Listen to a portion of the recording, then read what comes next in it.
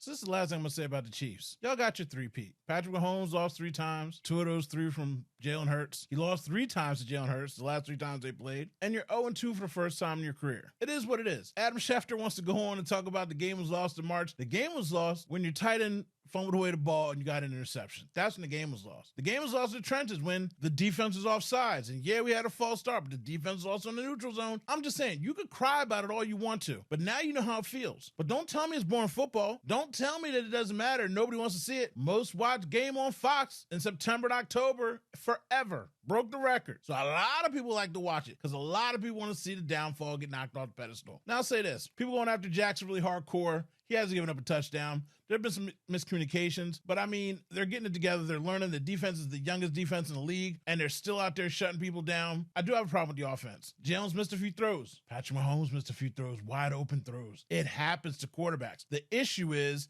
that every time they're in certain positions, you know what they're running. I know when they're in position, I know they're 90% about to run the ball. And again, what happened with Johnson, when I'm at home and I know what the play calling is from the TV, that's a problem. When I can see it and diagnose it beforehand, that's a problem. I don't claim to be a genius. I'm not Fran Duffy. I'm not here reading all 22s, but I know I can see what's about to go down. And if defense could do that, your guys aren't getting open. They had a 0% breakaway rate. There's a whole lot of things going on, but it's early in the season. If you end up with the dub, you end up with the dub. And Jalen Hurts is literally talking to everybody that has a problem with what he talks about. He doesn't care about stats. And A.J. Brown's not going to the Patriots. Y'all ain't got a quarterback. A.J. Brown's not going anywhere. The funny thing is they talk about his attitude. Watch the tush push. He's the first person throwing his hands up in the air for a touchdown. The first person go like this for a first down because they asked him, what's your job? And he's like, make it look good. Make it look like I'm doing something. You know what I mean? If somebody tries to come over the bow and pull Jalen back, I'm supposed to stop him. But most of the time, I'm just out here looking good. He seems real happy and positive about those touchdowns. He seems real happy and positive about those first downs. But I know it's not good to have that kind of story. It's good to have divisiveness. It's good to have problems because it gives you something to talk about. I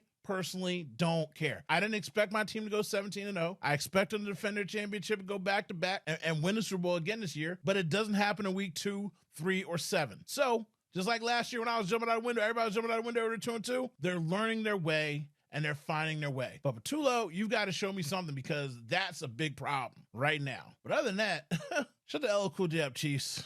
Go Birds! Y'all lost. Y'all crying. My God.